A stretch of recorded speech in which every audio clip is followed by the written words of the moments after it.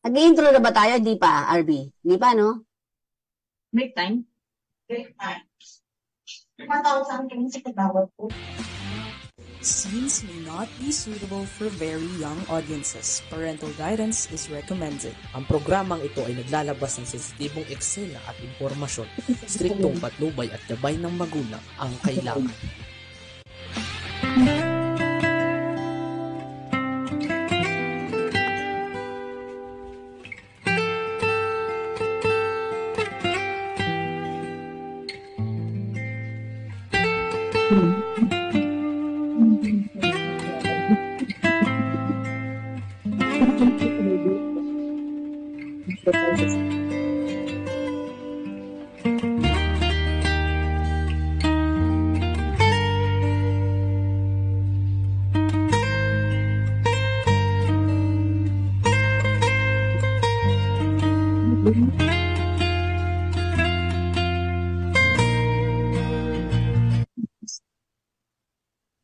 Okay, isang magandang katanghalian po sa atin. Dito po tayo ngayon sa Subic at nagbibigay tayo ng mga training tungkol sa kababaihan. And of course, ito po yung Likod sa Nicodemus para sa ating Martes na edition dito sa ating Kalinga. At syempre, of course, aking paborito, walang iba kundi ang idol, Miss Corazon Alma de Leon. Ma'am Cora, good morning, good afternoon, at sa inyong lahat dyan. Yes, natutuwa ako. Meron tayong bisita. Ayoko iwang ako lang ang sasalita. Ayun palagi tayo may bisita. Pero siguro sa wala, gusto kong basahin yung palagi kong binabasa sa ating programa. Sa isang programa ko na bago ang lahat mamamayan muna. Na nagsasabi, and I think ito ang magdi-describe sa mga bisita natin.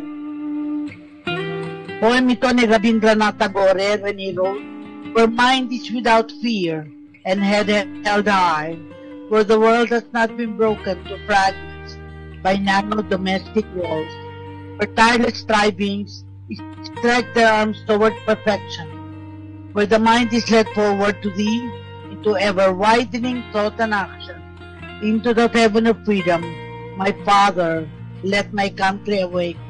Ang programa natin ay nanggigising tayo sa bayan natin sa pagitan ng mga interviews ng mga bisita natin na talaga naman kailangan marinig ng ating mga kababayan.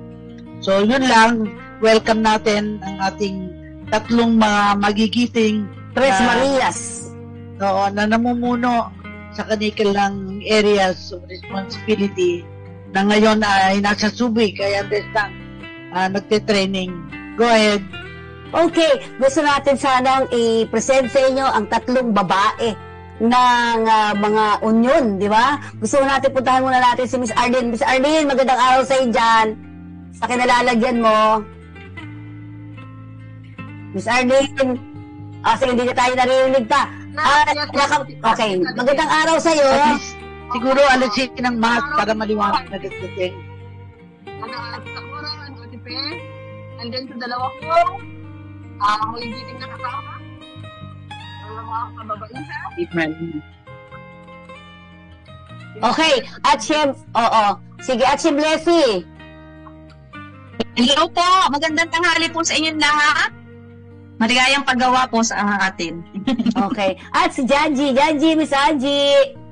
Hello po, magandang tanghali sa wakas. Nagkatotoo rin po na kami ay makasama sa kakampilan.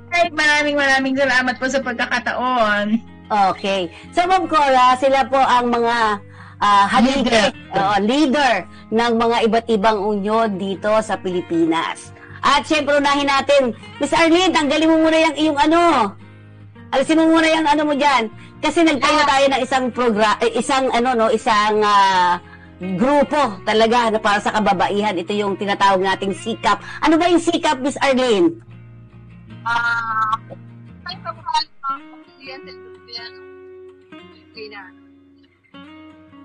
Samahan ng mga kababayan.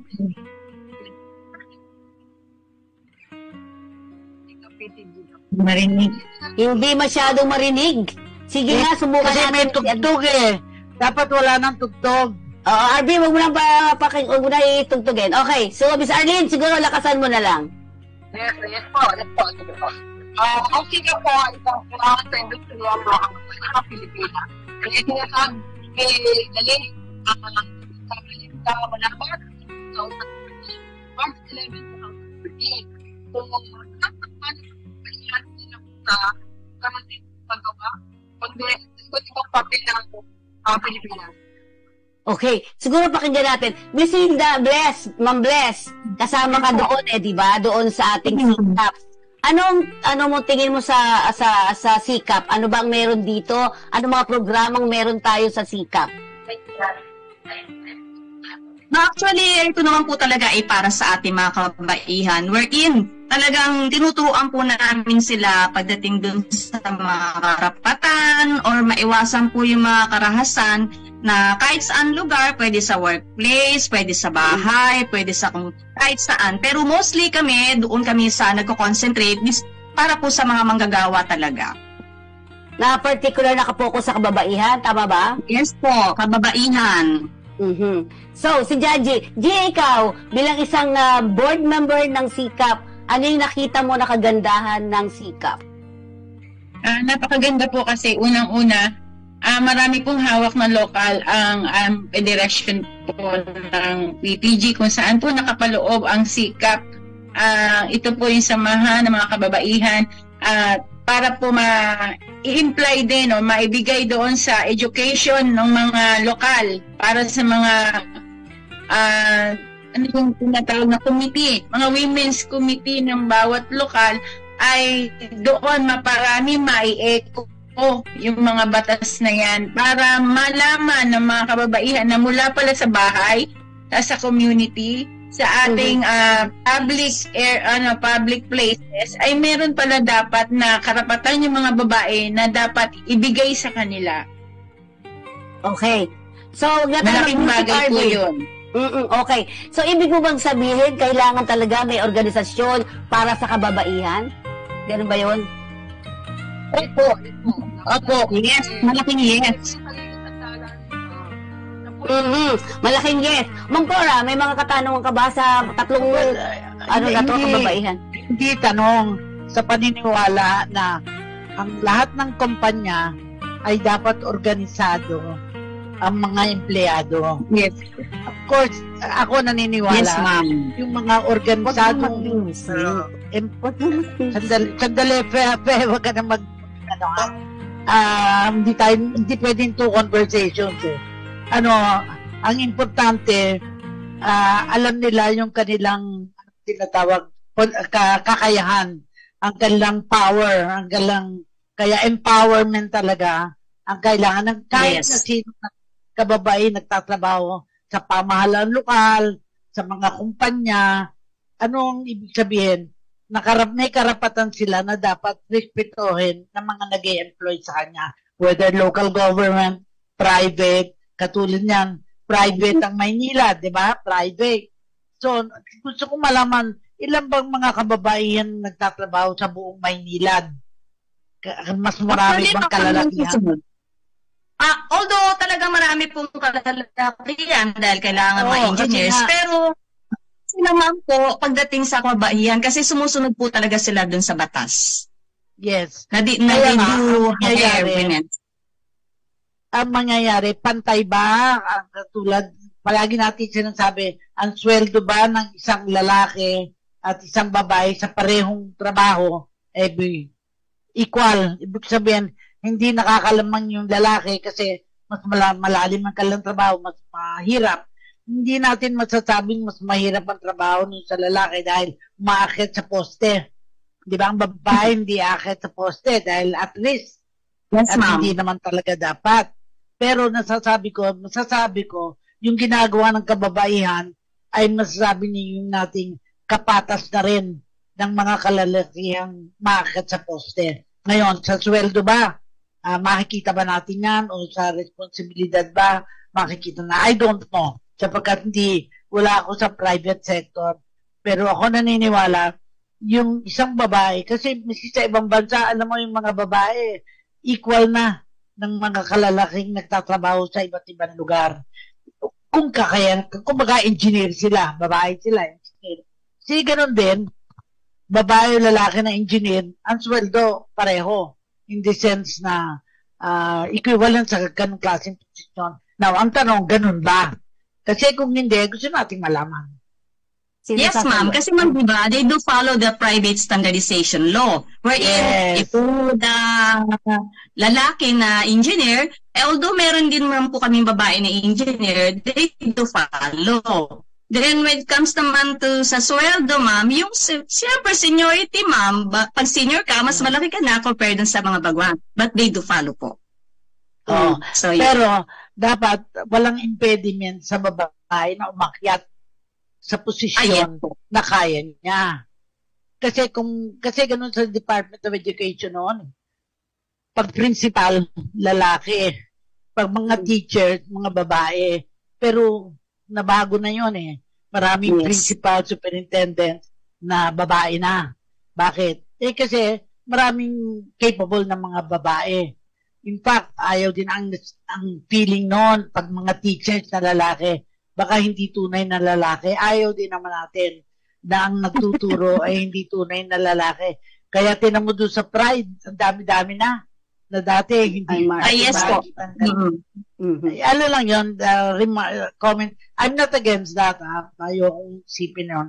Pero ako, na humawa ko ng bureaucracia, 1.5 million sa civil service, naniniwala akong at the time, I left it in 2001, marami pang dapat na ituro sa kababayan karapatan. Kasi dapat ang karapatan may kasamang responsibilidad. And I think I'm so happy to meet you sa private sector. At andyan kayo ngayon, sabi ni Fe, andyan kayo ngayon sa Subic. Kaya nakakasabik, malaman kung anong natutunan niyo dyan at ano yung ibabahagi niyo. Sige. Sige. Pero kanina, mula kahapon hanggang ngayon, ang pinag-aaralan pa natin na rights and welfare ng kababaihan. Yes, correct. So, sa inyo ba tingin ay dapat lang ba na sa mga kababaihan ituro ang mga karapatan nila o papaano ba? Miss Jaji? At sa akin, dapat lang talaga. Kasi unang-una, kung hindi natin i-aware at bibigyan ng knowledge yung mga kababaihan, mananatili lang silang tameme, hindi magsasalita, mali na yung ginagawa sa akin, hindi yan kikibo kasi wala silang alam doon sa rights nila eh. When it comes, kung malaman naman nila, meron silang procedure kung paano nila ireklamo, kung paano nila i-complain na mali na pala yung ginagawa sa kanila, lalo sa workplace. Diba? Meron ng procedure. Magkakaroon naman din siguro ng mga women's committee na siyang hahandle para matulungan din yung mga kababaihan na na-abuse. Kasi sometimes, Ma'am Cora, yung ibang mga kababaihan, porque babae sila, nakikinig na lang. Natatakot. Nakita ko yan nung chairman ako ng civil service, may mga teachers na nireklamo yung kanilang mga presidente ng kanilang eskwela dahil sa harassment. Dahil sasabihin kung hindi ka papayag, tanggalable ka. Bakit magiging tanggalable kung magaling naman tao na yun? Tanggalin mo kapag hindi magaling. Pero kapag magaling, wag mong tanggalin dahil kailangan yan. Kaya nga mababa ang rating ng mga estudyante natin ngayon Siguro nagkulang din ang mga guro. Comment ko lang yun Hindi ako nagja-judge. Okay. Miss Arlene, sige, go ahead, Miss Arlene. Yes po, oo. Tama po yung Tita Cora. Kasi kami, nag-grade kami ng seminars dito. Lahat mo na ay kababaihan na ibang lokal. Andun yung ibang parties din po. Then nakita namin kung paano sila matuto. At yung kanilang talagang yung attention nila dun sa mga speakers talagang medyo aggressive. Yun po yung dating kanila, kahapon din po. So, natutuwa kami na kami yung mga speakers, nagtundak ng seminars na at least yung ginagawa namin, nakikita namin yung kaputihan at kaalaman na natututunan ng mga kababaihan. So, positive po yung ginagawa namin. And the learnings po para sa kanila, ang matuto at laman nila yung mga karapatan nila bilang babae. At ganyan bilang babae, di ba? Kahapon yung discussion natin, bilang po, mga karapatan nila sa mga batas. So, solo parent po. Yung mga solo parent, Ma'am Cora, kahapon, ay kanina Hanggang ngayon, meron pa. Oo. Alam mo, Oo. kaya may solo parent, natatakot yung mga babae na magpakasal, baka magkahiwalay. Kasi ang iniisip nila, yung paghihiwalay. Pero napanood ako sa TV, ilang mga artista ang naka-4-5 asawa, no? So, hindi lang paghiwalay, kundi talagang hindi sila nakakakuha ng katapat na, sabi nila walang forever. Pero, isipin ko, yung pagiging forever, paghahanda yun, tsaka tatanggapin mo yung katotohanan na ang napili mo pala mali. So, ngayon, gusto ng mga tao, divorce. Bakit gusto ng tao? And divorce naman, hindi answer. Kasi ngayon, puro nga solo parent na eh. Bakit ka pa mag-divorce? Nag-divorce na ahead of time. Wala pang divorce na dahil hiwalayan ang tawag. Hiwalayan. Pero may tanong ako, Ma'am Cora, kahit siguro kayo nung nag-aaral, nakaranas din ba tayo? Si Ma'am Cora, nagpunta yan sa Amerika para mag-aral. Tayong lahat na kababaihan, nakaranas ba tayo ng mga kakaiba na trato sa atin ng mga lalaki? Halimbawa, ikaw Ma'am Cora, sa being a professional, may mararanasan ka ba na medyo mas mataas ang lalaki sa babae? Hindi, depende. Kasi naman, hindi naman ako talaga nagtrabaho doon. At saka social work ang trabaho ko. So, medyo walang comparison. Pero ang nakita ko, yung may kalalakihan, akala dahil foreigner ka, yung willing ka na tanggapin. Halimbawa, sa Puerto Rico, merong isang may-ari ng hotel doon na iimbitahin ka. Akala, willing and able ka na. Samantalang gusto mo din ang makita ano yung social life doon. Pero masama ang intention. So, dapat nasa sa you must learn how to say no. Yun naman ang paniwala ko.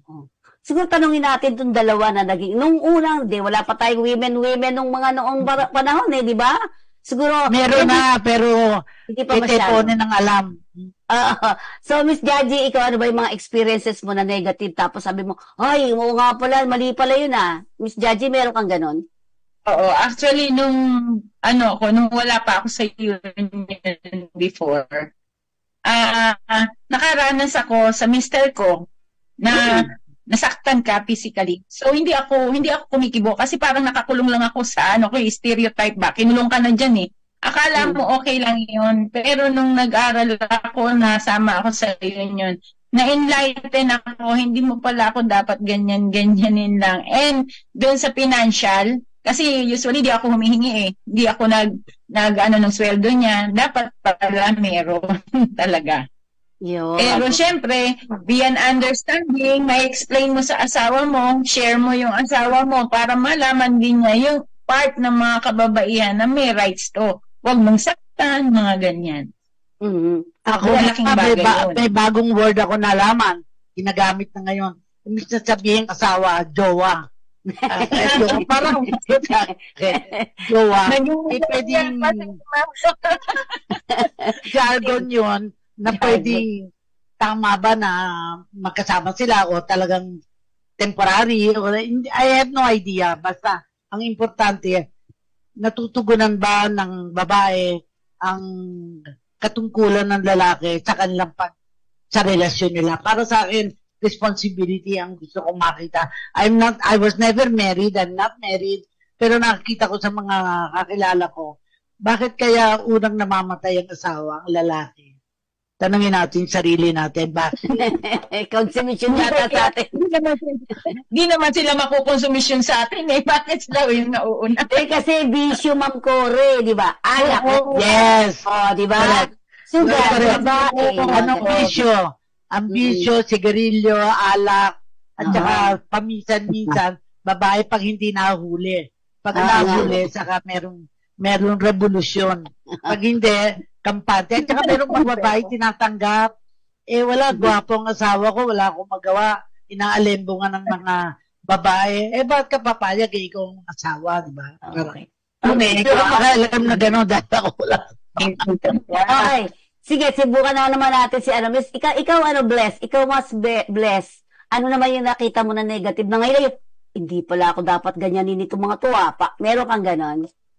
Yes, ma'am. Oo, Ma'am Faye, yung sa akin naman, yung talagang sa pag-union ba? Before kasi, saling pusa lang ako. So, as board dinner, dun lang sa tagapakinig, talagang sa Sekretarya. Usually, Yes po. sekretarya ng board. Oo. Then, as time goes on, syempre, napupuno na ako ng knowledge, di ba? So, medyo lumalakas na yung confidence ko, lumalakas na rin ang loob ko, hanggang naging presidente po ako ng union, so babae. Kaya sabi ko, hindi ko pala dapat minamaliit yung kakayahan ko. Kasi, so we do start from scratch, then talagang pag talagang pinagbutihan mo, yung minahal mo yung trabaho mo, totoo ka sa mga kasamahan mo, magiging perception mo sa buhay talaga magiging responsible ka na, and up to now talagang hinahanap-hanap ko pa talaga at ginagawa ko pa rin po sa buhay ko to, yung pagiging isang babaeng leader. Tsaka ma'am, yung tagline na yung sinasabi lagi na babae lang po ako, dapat talaga babae ako. So yun talaga, gustong-gusto ko po yun. Yun. Hindi, ako nga napansin ko, puti ang suot mo. Purity of purpose yun talaga. Ang nakikita ko, kailangan talagang maliwanag na maliwanag ano yung direction. Tama din naman na ang lines ng black and white, pati kife, black and white, yung inner blouse. Ibig sabihin, dapat alamin natin ano yung black and white sa trabaho natin. Yes. Miss Arlene, bakit natin naitayo ang sikap? Samantalang marami ng iba-ibang union, bakit may sikap? Actually, nang tinanong talaga yan, is si Ma'am Linda, dahil ito yung Manaba ng PTGWO. So, sabi ko nga, di ba, nung nauna, yung vice president, sinalo ko po yun. At yung pinag-aralan namin, yung isang organisasyon na ang sikap, isang organisasyon, hindi lang po yan sa lokal o mga unionista, kasagaya ng sinabi ko kanina is nakapaloob din doon yung mga kamabaihan na iba't ibang panig ng Pilipinas, So may mga members tayo noon na hindi lang sa PTGWO kundi sa mga Mindanao, Luzon, Visayas. Visayas po. Yan po talaga yung ang aim po namin ngayon ng mga officers ng sikap is palakihin at buhayin yung sikap PTGWO na natulog ng ilang taon. So, sabi nga namin is, legacy ka po kasi ni Ma'am Linda yan na siya yung po nag-train sa akin bilang leader. Di man po ako officialist pa ng union, nasa mababang pwesto po ako, pero tinitrain po ako noong araw pa. Bilang na hindi ko, ito pala ako ngayon. Hindi mo alam na dito ka na pala sa grupo, Pero, hindi ko na maiwanan. Hindi mo na maalis sa sistema ko. Si Ma'am Cora, ganyan din Hindi, ang nakita ko, nung ako'y regional director, merong isang empleyado, may social worker, na gusto ko siyang ma-promote. Pero sabi ko sa kanya, sabihin mo sa asawa mo, pag ikaw yung na-promote, magbibiyahe ka sa iba't ibang probinsya. Sagot ng lalaki? Ayaw. No? Kasi gusto ko asikasuhin mo mga anak natin, asikasuhin mo ako. Kung asikasuhin mo yung trabaho, mag-resign ka na lang. Siyempre, ayaw nung bahay kasi hindi rin naman kaya ng lalaki na suportahan siya. So, hindi pumayag. Kaya hindi ko pinromote. Dahil sabi ko, yung promote kita, magbe-breakdown ng family mo dahil hindi handa ang pamilya mong tanggapin na ikaw ay mawawala for training, mga ganun-ganon. Alam mo, eventually, nagkahiwalay din. Namatay na yun ng asawa, kaya nagpunta na abroad, babae. Sabi, nakakawala na sa problema. Kasi ang husband niya, ang problema niya. Kinokontrol siya kasi mas mababa ang kalaman kesa sa kanya. Pag ganun nangyari, hindi magiging maunawain yung lalaki. Dahil sasabihin niya, ayaw niyang umasenso yung babae kasi maiiwan siya sa pansitan, di ba?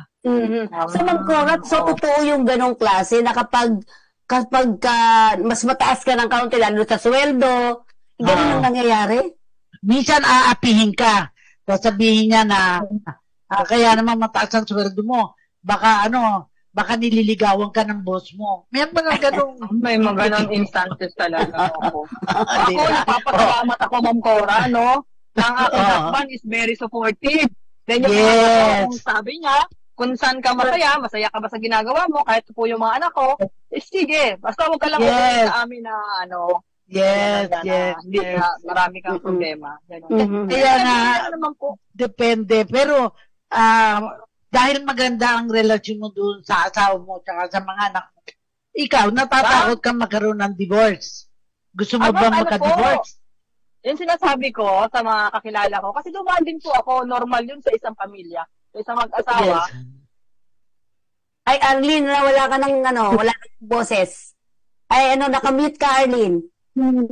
Arlene, nakamute ka, ma'am. Ay, sayang. Arlene. Okay na. Hindi. Naka-mute ka. Open mo yung mo. Sige, okay. Diba? Ako po, ganun po ako. Nag-base po ako. Pero ngayon ako po yung boss sa amin. Ikaw ang boss ngayon, di ba? Opo. Pero meron ba, siguro dito kay Lables, kay Jaji, meron bang mga pagkakataon na ang babae ang nagiging head of the family? Of course. G? Yes, meron. Hindi rin lalaki. Kung engot ang asawa mo at wala naman na i-contribute sa pamilya, paano siya magyayabang? Wala siyang magyayabang. Mas magaling ang asawa niya. Sagutin kita, ma'am. Sige. Naman po sa asawa ko. 9 years older, yung po yung mister ko sa akin. Then, pero sa amin po talaga, yung personality ko po kasi mas stronger kaysa sa kanya. Pero hindi ko tinitignan po sa ganung scenario for the reason na una-una, ayoko po yung broken ng family namin. Pangalawa, we need to adjust with each other for ilang years na. So, doon pa lang po, happy na po ako na mas stronger ako sa kanya. Kasi yung mentality ko bilang leader, in-apply ko talaga sa buhay namin, ma'am. So, whatever, it-explain ko sa kanya para na maging maganda rin ang pagsasama po namin. So, wala akong tanungan kung sino ang may sweldo na mas malaki o mas maliit. Basta, ma'am, gusto ko lang po ma-maintain talaga yung happy family. Yes. So, very good. And as we are organized, kaya nga po tinatawag tayo union, gusto natin ma-organize ng maayos yung ating pinagtatrabahuhan. Same with the family. Gusto natin na ma-organize din na tama. Whether nagkakagalit, nag-aaway, may problema, may challenges, may rocky road na situation, di ba? May mga challenges na pagsasama ng mag-asawa. Pero pag ang babae ang bumitaw, talagang masisira. Yes. Totoo po yun. Pag babae ang bumitaw. Pero, syempre, dahil may anak ka, pipilitin mo na makita nila good kayo. Yun. At the end of the day, ngayon, okay na. Diba? At saka kapag immediately naisip mo, ay, hiwalayan kagad. Akala mo, madali nakita natin sa mga artista. After one, next, hanggang hindi na matapos yung di ba? Mga anak po ang mahirapan. Yes, correct. Okay. So may tanong sa atin dito, Ma'am Cora, sa inyong lahat, sa inyong dalawa. Wala si Arlene pa muna, ang tanong niya dito sa atin ay, nakaranas ba kayo na, kasi nabanggit ni Jaji kanina, nagkaroon ng physical ng mga nakaraan, di ba? Ngayon, ang tanong dito ay, teka, ito maraming tanong dito sa atin Sabi ni, ditong nanonood sa atin from Kuwait, sabi niya, congratulations daw sa inyo. Pero may mga pagkakataon ba kayo na minsan nababanas na rin kayo sa mga asawa nyo kasi ang kukulit? Tama ba yung tanong? Parang gano'n. Normal ba yun, Ma'am Cora? Miski nga sa magkaibigan, hindi nagkakasundo. Lalo pa sa mag-asawa, syempre. Yun po, kakibat muna sa pagmamahalan yung mag-asawa. Unawaan. Parang daw kaibahan ng, kasi ganito, minsan Ma'am Cora, di ba, pinapipili daw. Mag-uunyon ka o sa pamilya ka lang. May ganun daw Meron bang ganun sa inyo? Naranasan niyo yun? Arlene? Hindi po. Kung papamiliin kayo, mag-uunyon ba kayo o pamilya lang? ibig Sa sabihin, kung hindi po nangyari mas yan, demanding yung husband sa oras. Ibig sabihin, kung nababawasan na ang oras niya na, siyempre, magmahalang kayo, honey, magano tayo, magpasyal naman tayo. Sa mga hindi pwede, busy kami dahil may unong kami. Pag gano'n, siyempre, simulan na yun ang hindi pa kakaunawaan. Ano ma'am, much better if you invite him with the union activities. Yes. Pero makita po niya, ito pala pinagagawa ng asawa ko, kaya pala madalas ako sinisigawan ito. Hindi, tsaka proud. Proud ang husband mo. Proud ang husband mo na leader ka. O, wow, sikat ang asawa ko. Parang, nag-ano na siya. Ha? Kasama ko po yung husband ko. Hinihintay ko nga siya dito kung nasaan po siya.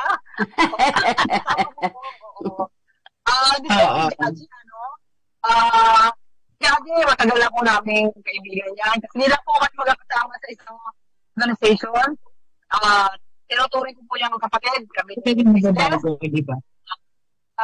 sabi ko sa kanya, alam mo, Margie, ang pagbuo ng isang pamilya, nasa ating mga babae yan. Mga kapag natutuwa ako na medyo wala na silang dalawang magkasama. Di ba, G? Yes! Huwag mo akong paiyakin, Ate Arlene. I love you. pero itong ginagawa ninyo ay dahil lang kagustuhan nyo o dahil lang sa talaga lumalaki na yung problema sa loob ng kumpanya? Yun Hindi, na. service na rin eh. Service na rin kasi to Ate Pen. Yung bang, alam mo na masaya ka sa ginagawa mo, even walang kapalit na bayad or ano. Yes. Yung tulong mo, yung passion mo na ang ganda pala na maging, yung may maiwan ka sa kumpanya, umalis ka man, meron kang tinatawag na legend o legacy. Na, sinabi yung pangalan mo, isa yan sa nagbuo ng women's committee, maganda yung na, yun lang, masaya ka na. Kahit na hindi ka bigyan ng any kind, any bayad, hindi tayo after sa pera. Si Bless, ikaw, na feeling ba ang pagiging isang leader? Naiyakin ako. Naiyak siya tuloy. Si Bless naman, si Bless, ikaw, ano ba talaga, nasagot ba yung mga katanungan mo sa pag-uunion ninyo at pagiging leader mo? Oo naman, napakalaki na naitulong sa akin. Kasi even minsan yung mga hindi ko kilala, kumbaga, nakikilala na rin ako na hindi ko alam na, meron pala akong na-share sa kanya o naibahagi sa kanya na na-appreciate niya. So ganon. Tama yung sabi na kahit walang financial na I mean, yung hindi mo namamalayan na nakakagawa ka ng magandang bagay na nakakatulong din in a way sa kanila. So, sa akin talaga. Umiiyak sila. Bakit umiiyak pati itong isa na to? Kasi alam mo, Ma'am Cora, bakit tayo napapaiyak sa tingin mo? Actually, ang claim ko to fame, nung ako chairman ng civil service, talagang pinalakas ko yung public sector unionism, which means men and women, kasi kung sino yung mga leader. Kasi may mga leaders na kalalakihan. Kasi sila ang malakas ang boses. Meron namang kinokontra ng kababaihan kasi marami din silang alam. At the end of the day, na-achieve? Para sa akin, hindi pwedeng organisado lang, pero ang naging resulta? By the results, the union, yung union nyo, should be judged. Meron bang na-disenfranchise? Kasi sa pag-appeal, halimbawa, sa personnel, maraming nag-a-apply sa isang posisyon. Bakit yung isa ang nakuha versus the three? Mas magaling ba yung isa na yon o palakasan din? I look at it in the context of baka malakas yan sa union, kaya baka gamitin ang union. I'm not saying it's happening, but it can happen na kukumpara mo mga kapasidad ng mga taong nag-a-apply, ang nakuha ay isang hindi magaling. Pero dapat ma-explain. Kahit hindi magaling yan, hindi yan corrupt. Hindi may reason ka na. Dahil kahit hindi masyado magaling, kasi yung isang magaling lang sa pag-corrupt. Hindi mo gusto yung ganung tao, di ba? So, pagpili sa personnel, nakikita ko, mahalaga na, bilib na bilib ka, galing-galing. Jesus Maria Jose. Kung corrupt naman, bakit mo naman kukunin? Mas gusto ko na yung hindi masyadong magaling na hindi corrupt. Kasi wala siyang kagagalingan sa corruption. Yan ang problema natin sa gobyerno, corruption. So, okay. Ito may isang katanungan sa atin dito. Why not manatili na lang kayo sa trabaho nyo? Kasi kung si mission din naman ang maging leader. Wala pala kayong bayad. Ayan. Si Ma'am Cora, wala din bayad yan. Ayan, sagutin mo muna. I-judge muna. Si judge naman muna. Sabi kasi ditong nagkano sa atin, bakit naman kasi gusto niyo pa magkaroon ng problema samantalang trabaho tsaka pamilya, okay na. Yeah? Bakit pa kayo... Actually, hindi po problema. Hindi po problema ang magkaroon po ng isang organization. Although talagang meron paghahanda, may preparation, lalo ngayon pagka merong mga seminar na ganito. Pero alam niyo po yung kagandahan nun, yung tulong-tulong kayo na sisterhood, na malayo man kayo sa isa't isa, pero naiintindihan kung anong serbisyo yung dapat ibigay sa mga young women, lalo ngayon. Yung mga tinetrain namin ay mga workers din yan, na young women, na nakakatulong din. No? Ngayon marami tayong na-enlighten na mga kasamahan natin sa trabaho at mga nagtatrabaho, ay masaya na rin tayo sa pagsaserve niyan. Katuwa nga lang din natin yung Department of Labor na siyang talagang lalapitan ng mga organization na meron silang pondo para isagawa yung mga trainings na ito. Kasi kung wala naman yung samahan ng sikap, sino yung mag-a-apply doon sa government neto na tulad ng DOLE? Walang mag-aasikaso niyan kung walang organisasyon ng sikap. So, masaya po. Merong pwedeng magtanong, oy, ang galing-galing yan, organizer yan. Pero alam mo ba, ang mga anak niyan, tumigil na sa pag-aaral kasi hindi na masikaso ng mother. Pag gano'n ang konteksto, maaaring hindi maging maganda ang resulta. Kaya dapat balanse talaga. Kahit kaya mo nang tugunan pangangailangan ng pamilya, kaya mo pa rin tugunan ang pangangailangan ng organisasyon. Dapat balanse. Okay, may mga nanonood sa atin from Kuwait, Ireland, at saka Bahrain. Ayan. At syempre, of course, ang mga taga-Kuwait sabi, nice to see you back, Ma'am Mano Corazon Alma de Leon. Kindly extend my best regards to Chairman and Senator Dick Gordon. Si Marcy, yan. Si Freddy Ray, kasi daw dating naging boss niya si Senator Dick Gordon, Ma'am Cora. Yon. So marami nakikinig kasi sa ibang bansa, Ma'am Cora, hindi na pala pwedeng mag-union. Ayan. Dito sa bansang, sa Middle East daw, hindi sila pwedeng mag-union. Kaya swerte kayo dito sa Pilipinas kasi free kayo kung ano yung mga gustong ibigay natin sa ating mga tao. May paliwanag dyan, bakit ayaw nila maging union. Kasi binigyan nila ng pagkakataon na magtrabaho doon. So susundin natin ang batas ng bansa na yun. Kung ayaw mo doon sa bansa na yun, humanap ka ng ibang bansa na papayag na magkaroon ng union. Pero dahil natutuwa ng mga nagtatrabaho, dahil mataas talaga ang sweldo kung ikukumpara mo. Pero baka naman trabaho ng kalabaw. Hindi mo rin na isipin mo rin kung prejudicial sa health mo. Hindi isa dadalwa na umuwi na may sakit. Hindi isa dadalwa na umuwi patay.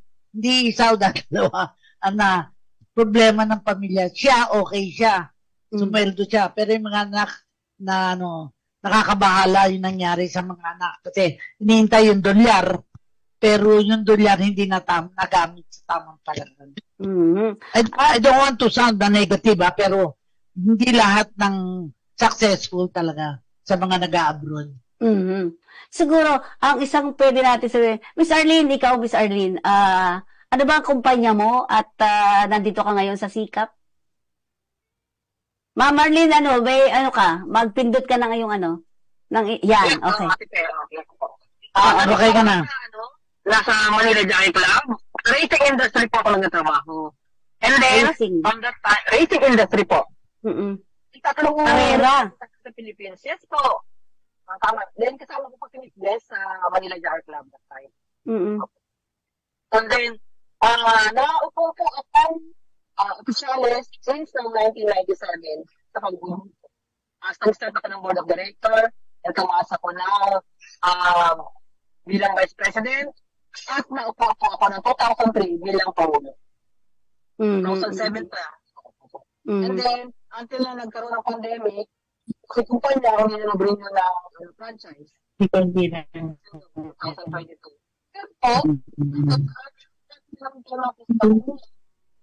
Sabi nga, Alit. So, proud ako sa sarili ko na wala kaming problema. Wala akong kiyuraka sa kanyo. Lahat ang binigay ko. Minsan ako pa po ako. Totoo yan. Yung dedication mo sa pag-uunlon at sa organization, nandun po yun sa puso mo. Kaya sabi ko nga po, hindi mo matatanggal na sa sistema ko yung tumulong at talaga na plano na po, naiwan sa akin yung pagbabayan sa amin po. Di ba po, yung sikap. Yung organisasyon ng kapulitan. Gusto ko po, palawakin, hindi lang po sa mga, katulad yung po, tita ko, bakit pwede kayong tumanin sa amin, di ba? At least po, hindi lang po sa isang lokal na organisasyon, palawakin pa po ang organisasyon ng sikap. Okay. So, yan po yung namin, inaanalangin po yan. So, ngayon po. Doon po kami patungo. Ayan, may mga taga Manila City Hall ang nanonood sa atin, no, di ba? Yun. So, hello po sa inyo lahat dyan. Ayan. So, ang tinatanong natin ngayon doon, bakit hindi na lang para sabay-sabay? Bakit may women pa? May may pare-pareho naman nasa union. Bakit na ba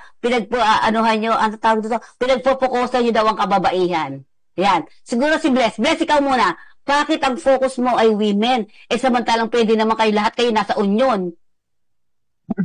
Bless. Sa akin, I'm glad na na-reach ko yung tawag doon, yung dream ko o yung level ko ngayon bilang isang women leader. Kasi kung wala ako, wala kaming tinuturuan, wala kaming pinag-sharean, asan tayo? Diba? Yun na naman tanong sa akin Kailangan may magsimula na magturo, na tumayo, para naman at least yung isipan ng mga ibang natutulog o yung damdamin na ibang mga kababaihan na mahihina, natuturuan namin at nagigising namin. So from there kami humugot ng loob na, hindi tayo dapat ganito, dapat pala ganito. So yun yung dapat na gawin natin talaga. As much as possible, sikap, women's committee, ano pa man po siya, basta pagdating sa kababaihan, dapat lawakan po natin para mas madami ang makaalam or magising sa katotohanan na hindi na po tayo ganito. At wala dapat na forever na ganito po tayo. And voice to be heard. Yeah. And participate. Ang unang prinsipyo talaga men and women are equal. Dapat. Kasi pag sinabi mo hindi equal, ngayon, ang level lang maaaring magbago dahil mas mataas na pag-aralan ng babae kaysa sa lalaki, hindi mo may expect na ang magiging trabaho ng lalaki equal dun sa babae. Kasi mas mataas ang napag-aralan ng babae. Yun ang realidad na kailangang harapin, no? Kaya yung pamangking ko si Andrew ano ang kanta niya? Humanap ka ng pangit. Kasi ang kanta niya, humanap ka ng pangit. Sabi, para hindi ka iiwan ng lalaki kasi pangit siya, wala makakagusto sa kanya. Yun ang principle para nakakatawa pero sa totoo lang nagtataka yung isang magandang babae, bakit ka na nakakuha ng ganyang asawang pangit, parang panlampaso lang sa sahig. Ganon. Gusto ng babae happy siya di ba? Importante yung happy ka. Kaya sabi na Enrile, gusto ko happy ka. Kaya 100 years old na siya, happy pa siya. Okay. So, pero ito isang lalaki to nagtatanong na ito Nagtatanong siya. Bakit daw? Tanong ko kanina sabi nito na bakit ang focus ninyo ay women samantalang iisa lang naman ang union. Yan ang tinatanong itong lalaki siguro itong nagtanong na to. Bakit? Sila dapat sumagot kasi silang nag-union bakit nga daw? Kayo, Judgy, bakit nakapokus kayo sa kababaihan? Actually, sa union kasi, dati, sanay kasi na ang union leader puro mga lalaki lang, di ba? Yes. Diba? Ngayon, tayo, kung equal rights, so pwede rin naman palang maging leader yung mga kababaihan. Yeah. O, diba? It's time to shine. And then, minsan, yung mga kababaihan, sila yung nagiging victim doon sa loob ng trabaho. Wala sila ngayon na mapuntahan para magreklamo. Magreklamo ba siya sa kapwa niya ay sa lalaki? Kasi sasabihin ng lalaki, baka mamaya, ate-ate mo kasi kaya ka binabastos eh. Pero ngayon, kung meron siyang alam mo na yung words mo kanina na mararamdaman ka, panatag yung kapwa, babae, na malalapitan siya sa union, mas mainam, di ba? At least alam niya na yung feeling mo, binastos ako, alam niya ang gagawin. Kasi, hindi mo magpo-focus ka sa union lang na puro lalaki, iisa lang. Oo, tama po, may isang union, may babae, may lalaki. Pero kailangan ma-implement natin yung equality. Yes. At saka yung representation ng mga kababaihan. Yun. Yun ang naayon sa Magna Carta, no, Ma'am Cora. Sige. Ang magiging effect dyan, dapat makita na ang mga kababaihan hindi magre-reklamo dahil ginagawa na sa kumpanya na yun, yung tama. Kasi pag hindi gumawa ng tama, yun na, ako lang sa sweldo, pag hindi pantay ang sweldo, sa ganong posisyon, para sa akin, mali naman talaga. Bakit? Mas madunong ba yung lalaki kaysa dun sa babae? Bakit mas nagagawa ba yung trabaho ng lalaki yung sa babae? At the end of the day, nasa boss din yan.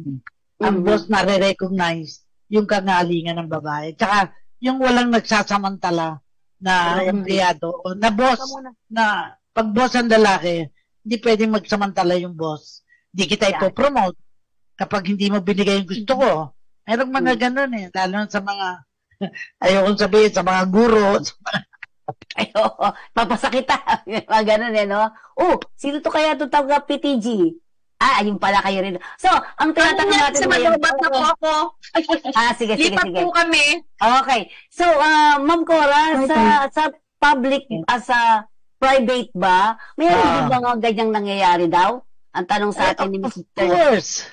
Of course, sa mga private company, lalo na ang ginagamit nila ang sweldo as come on, yung ba parang gawin mo yung gusto namin, tataas ang sweldo mo. Etong si babae, feeling naman niya, gusto niya tumaas ang sweldo, she will do anything. Diba? Kaya, minsan magandang manood ng mga sine na gano'n eh. Okay. Sige. At may mga messages ba? Halimbawa, Judge, may messages ka ba para sa ating mga kababayan, lalo na yung mga kababaihan na nasa mga laylayan? Sabi nga, o yung mga katulad natin na nasa mga factory, nasa mga pagawaan. Mensahe mo, Judge? Sa mga kababaihan na kasama namin sa trabaho at sa iba pang mga company, siguro maki-involve po tayo kung meron po tayong mga seminars tayo sa community, kahit saan po mga pinapasukan ninyo. May echo kayo, may echo. Alisin yung isa muna, alisin yung isa. O, nag-e-echo kasi. Alisin yung isa. Okay. Alisin mo isa. Yung kay Bless, alisin mo muna. Sige, ikaw na muna, Ikaw na muna, Judge, ulit. G, ikaw. Okay, mensahe ko po sa mga kababaihan na nasa trabaho. Mag-involve po kayo tungkol po sa mga programa ng mga kababaihan dyan sa company para po malaman natin kung nararapat. Huwag po tayong matakot. Mahiya. Magkaroon ng edukasyon tungkol po sa kawimenan.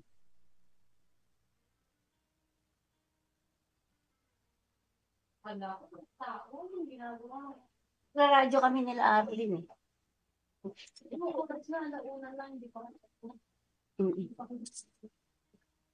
May kausap ka yata, Fe. Sige. Okay. So, may pumasok sa kwarto eh. Okay. So, sa inyong lahat at medyo nasira ata sila. Bless, sandyan ka pa ba? Dito pa po. Oh, sige. Boses na lang siguro. Boses na lang. Kasi parang isa lang dapat ang gamitin niya para hindi tayo na tawag na nag-echo. Sige. So, Ma'am Cora, habang inaayos nila yung kanila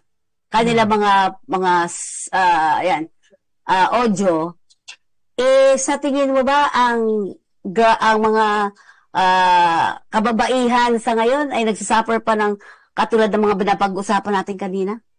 Meron pa rin. Pero katulad na natin ngayon, yung nag-organize ng kababaihan, it is a breath of fresh air. Kasi para sa akin, panahon na tingnan natin talagang equality of men and women. Kaya lang, sa realidad, hindi natin may expect na sa lahat ng kumpanya equal. Dahil meron sa iba ang namumuno, iba ang paniniwala, iba ang prinsipyo. Kaya kailangan tingnan bago pag nakita nyong nakakabahala na hindi sumusunod sa patakaran yung namumuno, tulungan ninyong may paliwanag kung ano yung tama. Kaya ang paniniwala ko, gawin ang tama para matiyak natin mahusay ang mangyayari sa ating bansa anywhere, anong kumpanya. Pero ang tanong natin ngayon, so tama ang ginagawa nito mga kababaihan natin, ano? Na talaga mag-organize ka dapat at ang nakafocus. Oo. Ang isang sinasabi nga natin, Ma'am Cora, yung yung tanong nga sa atin kanina, siguro lalaki nagtatanong, bakit babae ino-organize? Kasi yun yung isang vulnerable. Naiwan. Diba? Oo, ito yung naiwan. Naiwan sa pansitan, mga kalalakihan. Nakita ko yan sa ibang mga opisina, puro namumuno lalaki. Ang babae, sekretarya. Ang babae, treasurer. Yung hindi nagiging presidente. Parang always lower position. Yun, ay isang maganda, diba? So, siguro sa magkakataong to, pwede na siguro si Bless, si Jaji. Jaji, magbigay ka muna ng mensahe dahil patapos na rin tayo. Magbigay ka ng mensahe sa ating mga kababayan, lalo na yung mga nasa laylayan, mga kababaihan natin, nasa abroad, nandito man sa Pilipinas, magbigay ka ng mensahe mo. Yung kanina sinasabi mo.